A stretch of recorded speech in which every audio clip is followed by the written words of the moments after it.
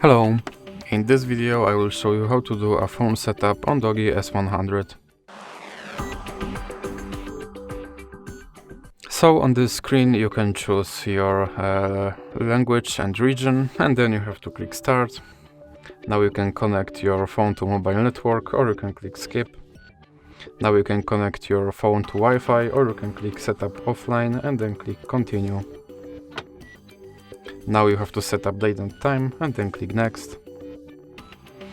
Now you have to agree to Google Services terms of use, so click more, then click more again and then click accept. Now you can set up PIN, or you can click skip and then click skip again. Now you can choose system navigation between gestures and 3 buttons navigation and then click next. And that's it. Now your phone is ready to use. So if you like this video, please remember to leave like and subscribe.